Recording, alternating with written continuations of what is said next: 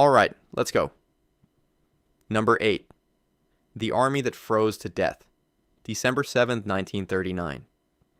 Two Soviet rifle divisions, the 163rd and the 44th, totaling nearly 45,000 men, pushed into the dense Finnish forests near the village of Suomussalmi, certain the campaign would be over before Christmas. The Red Army had artillery, armor, and air support. Finland had roughly 11,000 soldiers, a landscape of frozen lakes, and a commander named Colonel Hjalmar Siilasvuo, who understood both. What followed was not a battle in any conventional sense. It was an annihilation conducted in silence, in darkness, and in cold that reached 40 degrees below zero. Soviet commanders had planned for a swift, overwhelming advance through territory they considered barely defended. Stalin's generals believed Finnish resistance would collapse within days, a reasonable assumption given the arithmetic of the engagement. The Red Army was the largest land force on Earth. Finland was a nation of 4 million people that had existed as an independent state for barely 2 decades. International observers predicted the Soviets would reach Helsinki before the new year. Nobody predicted what Siilasvuo was about to do to them in the forest. The Finnish tactic was called modi, a word meaning a cubic meter of firewood, referring to the systematic chopping of something large into smaller, helpless pieces. Siilasvuo's ski troops moved through the trees at speed the Soviets could not match, cutting the Red Army columns into isolated pockets, severing supply lines, and leaving entire regiments stranded on frozen roads with no fuel, no food, and no ability to maneuver. The Soviets had tanks. The tanks could not leave the road. The road was exactly where the Finns wanted them. The 163rd Division was shattered first. Then Siilasvuo turned on the 44th Division, which had advanced to relieve its sister unit and found itself equally encircled. Soviet casualties across the battle reached approximately 27,500 killed, against Finnish losses of around 750 dead. The 44th Division's commander, Major General Alexei Vinogradov, was court-martialed by Soviet tribunal and executed by firing squad in front of the surviving remnants of his own division, a punishment as devastating in its symbolism as the battle itself. Suomussalmi did not merely destroy 2 divisions, it transmitted a message to every general staff in Europe, and one in particular was listening with great interest. Adolf Hitler studied the engagement closely and concluded that the Red Army was rotten at its command level, incompetent in the field, and incapable of fighting a modern war. That conclusion would shape every decision he made about the Soviet Union for the next 2 years, and the cost of that miscalculation would be measured in tens of millions of lives. Number 7. America's Bloodiest Lesson, February 19th, 1943. In the mountain passes of central Tunisia, the United States Army encountered Erwin Rommel in open battle for the first time. American forces had been in the war for 14 months. Rommel had been fighting continuously for nearly 4 years. The Twos Corps, commanded by Major General Lloyd Friedendahl, held a line through the Kasserine Pass in the western dorsal mountains. Within 6 days, that line had ceased to exist, and American commanders were confronting the most catastrophic defeat their army had suffered since Pearl Harbor. Allied planners had believed the Tunisian front was stabilizing. Operation Torch had landed over 100,000 troops in North Africa 3 months earlier, and the strategic picture appeared manageable. American soldiers were well equipped, well supplied, and supported by British and French units along an extended front. Friedendahl had been personally selected by General Dwight D. Eisenhower, who considered him one of the most capable officers in the Army. The Kasserine Pass was a defensible position. On paper, the line should have held. Friedendahl directed the entire battle from a command post located 70 miles behind the front line, a bunker his engineers had spent 3 weeks blasting into solid rock while his forward troops went without adequate artillery support or clear orders. Rommel's forces, including the 10th and 21st Panzer Divisions, hit the American positions with a speed and coordination that Friedendahl's static dispositions could not absorb. The front did not bend, it simply collapsed, like a structure whose foundation had already failed before anyone applied any pressure. American casualties across 6 days of fighting reached approximately 6,500 men killed, wounded, or captured. Around 183 tanks were destroyed or abandoned, along with nearly 200 vehicles and substantial quantities of artillery. Fredendall was relieved of command by Eisenhower on March 6, 1943, replaced by General George S. Patton, who immediately began the brutal, systematic rebuilding of its corps into a functional fighting formation. Kasserine was recoverable, Fredendall was not. If Rommel had pressed his advantage northward toward the coast, rather than withdrawing to consolidate, military historians have consistently argued he might have severed the entire Allied force in Tunisia from its supply base at Bone. Whether the whole North African campaign would have unraveled from that point remains one of the more harrowing, unanswered questions of the Western War. A reminder that catastrophes are rarely inevitable and are almost always the product of decisions that could, at almost any moment, have gone a different way. Number 6. The Battle the World Forgot. May 11, 1939. 3 months before Britain and France declared war on Germany, a full-scale armored battle was already raging on the steppes of eastern Mongolia along a river called Khalkhin Gol, in a conflict that would go entirely unnoticed by the Western press. The forces involved numbered in the hundreds of thousands.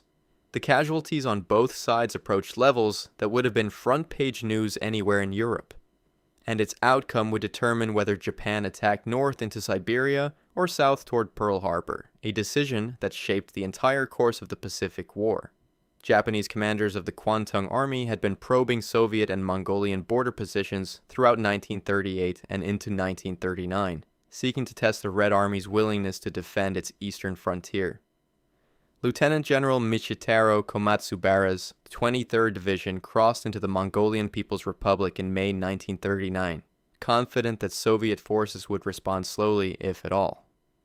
The Kwantung Army had a long record of autonomous action that Tokyo generally tolerated after the fact. What Komatsubara did not know was that the Soviet commander sent to respond was a relatively unknown general named Georgy Zhukov, and Zhukov had no intention of simply defending. Zhukov spent the summer building up a force of approximately 57,000 Soviet and Mongolian troops, 500 tanks, and 250 aircraft, while the Japanese believed they held the initiative. On August 20th, 1939, he launched a devastating combined arms offensive that encircled the Japanese 23rd Division in its entirety, cutting off its retreat and systematically destroying it from 3 sides simultaneously. The tactics he used, coordinated armor, motorized infantry, and air support operating under a single integrated command, were precisely the methods he would later apply at Moscow, Stalingrad, and Berlin. Japanese casualties across the campaign reached approximately 18,000 killed and over 30,000 total casualties. The 23rd Division was effectively annihilated as a fighting formation. Soviet and Mongolian losses were comparable in killed, but the strategic result was entirely one-sided. Japan signed the Soviet-Japanese Neutrality Pact in April 1941, turning its expansionist ambitions southward. The Imperial Japanese Navy began serious planning for Pearl Harbor. The connection is direct, documented, and almost never discussed in Western accounts of how the Pacific War began. The general who won at Khalkhin Gol went on to become the most decorated military commander in Soviet history. The battle that made him was fought before the world knew there was a world war to fight on a river whose name most people in Europe and America could not have located on a map. What other moments of absolute historical consequence are sitting quietly in the record, waiting for someone to notice that everything afterward depended on them? Number 5. The Monastery That Wouldn't Fall. January 17, 1944. Allied commanders in central Italy looked up at the ancient Benedictine monastery of Monte Cassino, perched on a 5-16-meter peak above the German Gustav Line, and began planning an assault they believed would break through to Rome within weeks. The monastery had stood since 529 AD. The Gustav Line, constructed by Field Marshal Albert Kesselring's forces across the narrowest point of the Italian peninsula, had been designed by General Frido von Zenger und Etterlin to be effectively impregnable. Both assessments would prove partially correct in the worst possible way. The Gustafslinie was the central obstacle of the Italian campaign, a fortified barrier of bunkers, minefields, artillery positions, and wire stretching across mountainous terrain that favored defenders at every point. General Harold Alexander's 15th Army Group commanded a multinational force including American, British, New Zealand, Indian, Polish, French, and Moroccan divisions, each of which would take its turn against the same ground. The plan called for a breakthrough in the Liri Valley below Cassino, combined with an amphibious landing at Anzio to cut off the German line of retreat. The plan had a clean logic to it on the map. On February 15, 1944, Allied bombers reduced the monastery of Monte Cassino to rubble in a raid involving 229 aircraft, dropping over 450 tons of bombs. The decision was made on the assumption that German forces were using the building as an observation post. They were not. Von Senger and Ederlin had explicitly ordered that no German troops enter the monastery, and his order had been followed.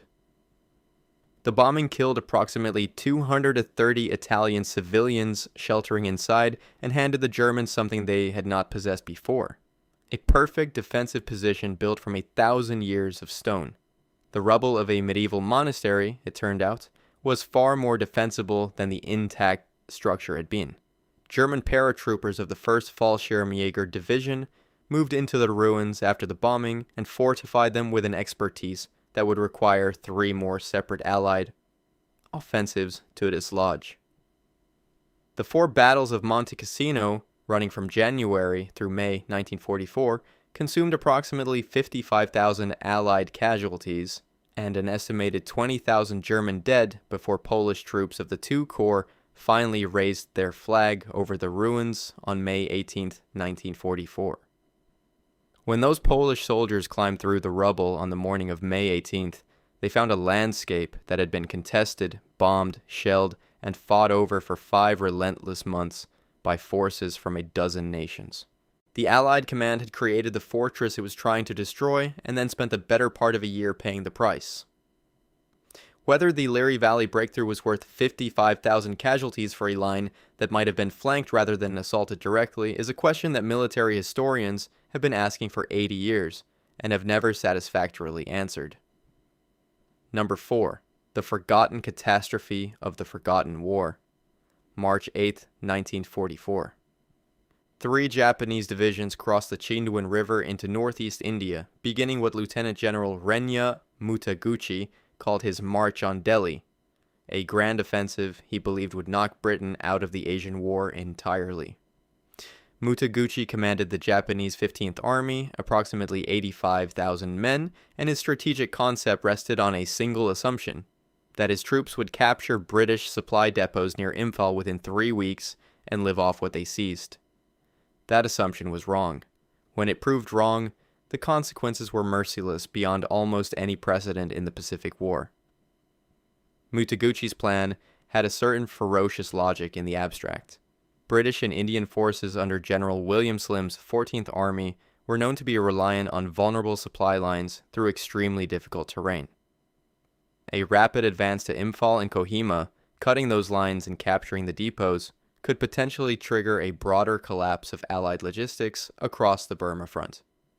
Imperial General Headquarters in Tokyo had doubts about the operation's feasibility, but approved it regardless.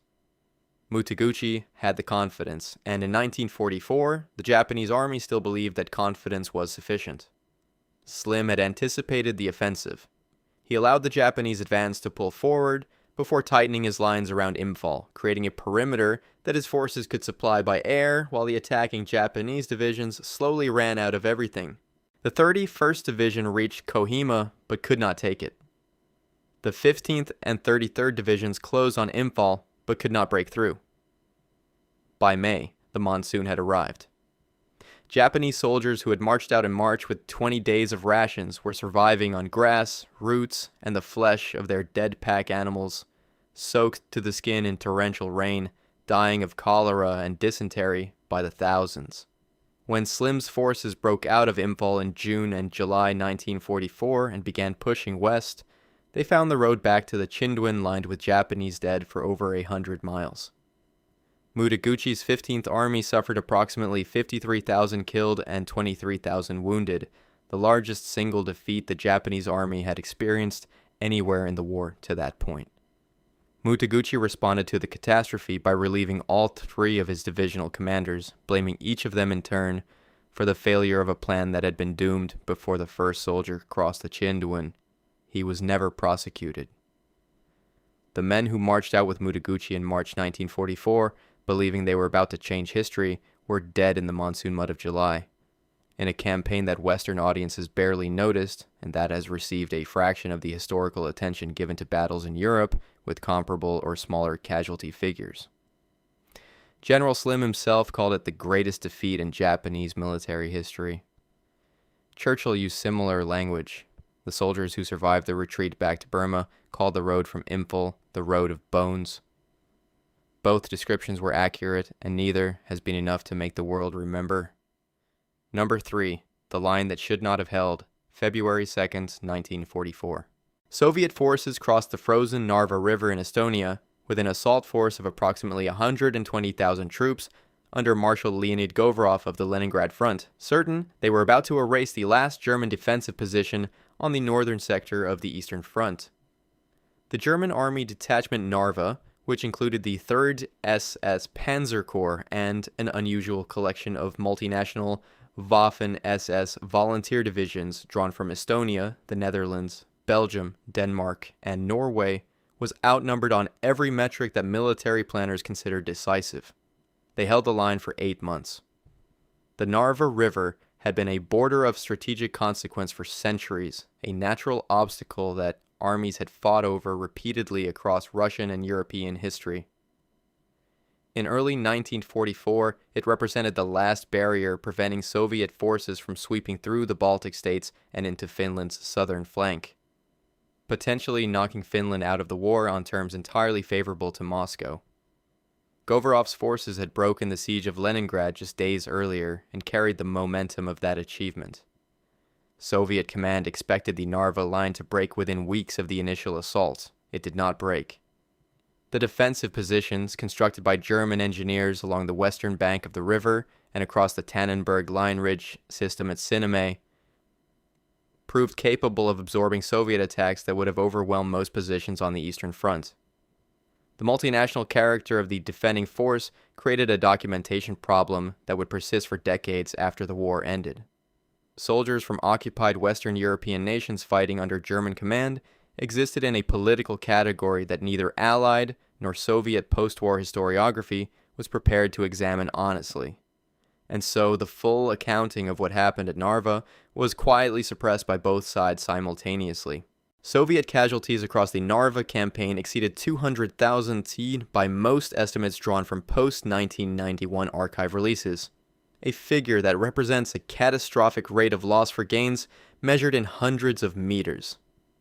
German and Axis casualties across the same period are estimated at between 40,000 and 60,000, with records from the multinational volunteer units remaining incomplete to this day.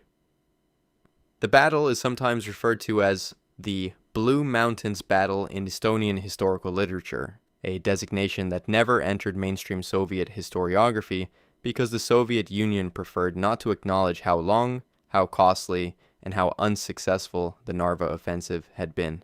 How many men died at Narva whose names were never recorded by any government, any army, or any archive. The Soviet state had reasons to suppress the casualty figures. The Third Reich had reasons to obscure the identities and numbers of its multinational volunteers.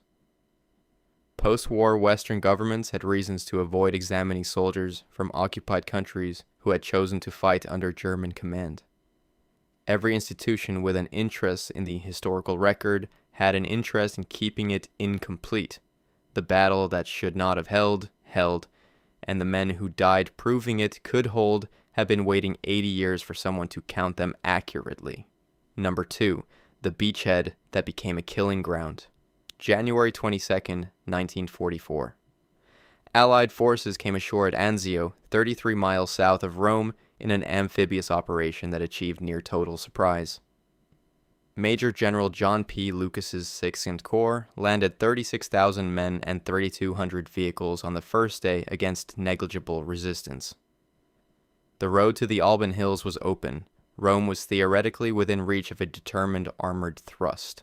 Winston Churchill, who had championed the operation at the highest levels of Allied planning, expected the landing to crack the German defensive line in Italy like a hammer blow to a locked door.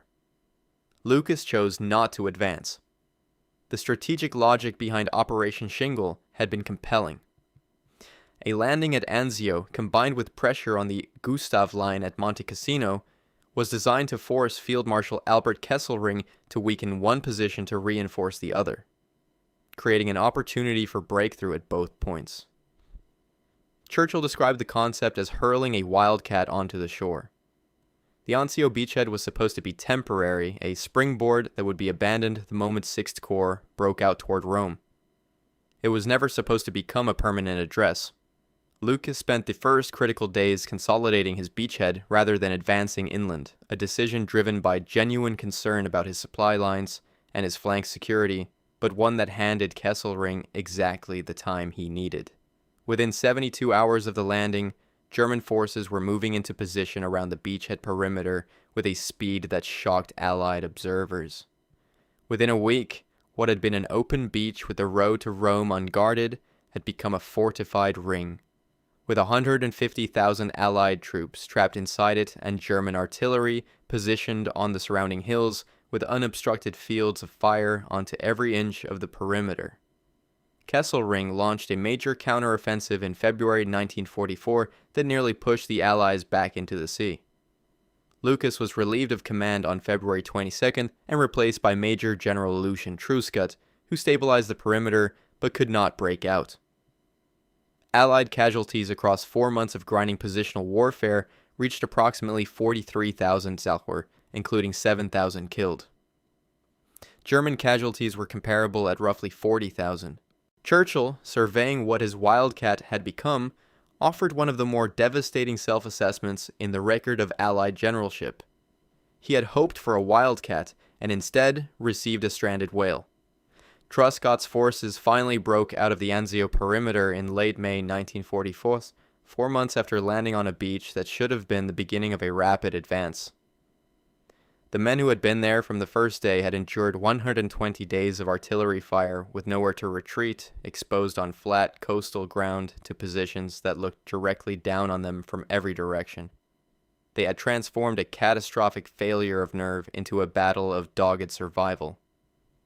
The operation that was meant to end the Italian campaign instead exemplified everything that made the Italian campaign what military historians would later call the most punishing and least rewarded Allied effort of the European war. Number 1. The meat grinder that Stalin erased from history. January 8, 1942. Soviet forces launched the first of what would become 4 separate major offensives against a German salient near the city of Rzhev, 150 miles west of Moscow, in a campaign that would last 15 months, consume between 1.3 and 1.4 million Soviet casualties by the most conservative estimates from post-1991 archive releases, and then be deliberately removed from the official historical record by order of Joseph Stalin. The battle did not fade from memory because it was small or distant or obscure. It was removed because someone in power decided that what happened at Rzhev was too catastrophic and too revealing to be allowed to become history. The Rzhev salient was a German-held bulge in the front line that pointed toward Moscow like a dagger, held by Army Group Center under Field Marshal Günther von Kluge and defended with extraordinary tenacity by General Walter Model, who earned the designation the Lion of Defense precisely in these engagements.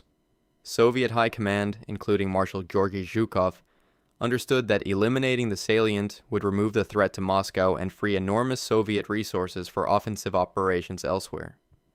Zhukov was given command of the effort. He was, by early 1942, already the most celebrated general in the Soviet Union for his defense of Moscow the previous winter. Rzhev was where that reputation would be quietly buried alongside the men he sent into it. Operation Mars, the largest of the 4 Rzhev offensives, launched in November 1942 simultaneously with Operation Uranus, the encirclement of the German 6th Army, at Stalingrad. Zhukov personally directed Mars. It failed with staggering, grinding completeness, breaking against Model's defenses in a series of attritional assaults that consumed entire armies without achieving the intended breakthrough. Uranus, directed by Vasilevsky, succeeded brilliantly and produced the surrender of Field Marshal Friedrich Paulus, the turning point of the Eastern War. Soviet historiography celebrated Uranus as the genius of the system and erased Mars as if it had never been planned, never been fought, and never consumed the lives it consumed. American military historian David Glantz spent decades reconstructing the Rzhev battles from fragmentary Soviet records and German after-action reports, publishing his findings in 1999 under the title Zhukov's Greatest Defeat, a book that remains the definitive account of an operation that the Soviet state preferred did not exist. The soldiers who died at Rzhev had a single voice in the official record. A poem written by correspondent Alexander Tvardovsky in 1946, titled I Was Killed Near Rzhev, which the Soviet cultural apparatus permitted in a limited way because it mourned without accusing. A permanent memorial at Rzhev was not open until June 30, 2020. 78 years after the first offensive began, the soldiers who died at Rzhev did not simply lose their lives. For 50 years, they lost their deaths. They were unmourned in official ceremony, uncounted in published histories, and buried beneath a silence that their own government constructed as deliberately and as carefully as any defensive fortification. Every other battle in this countdown was catastrophic. Several were suppressed or minimized, but none of them were erased by the state that sent the men to die in them. Rzhev proves that the most devastating thing a government can do to its own soldiers is not to send them into a battle they cannot win. It is to ensure that afterward, the battle never happened at all. If you want to see more videos like this, click the video on screen now and make sure to subscribe.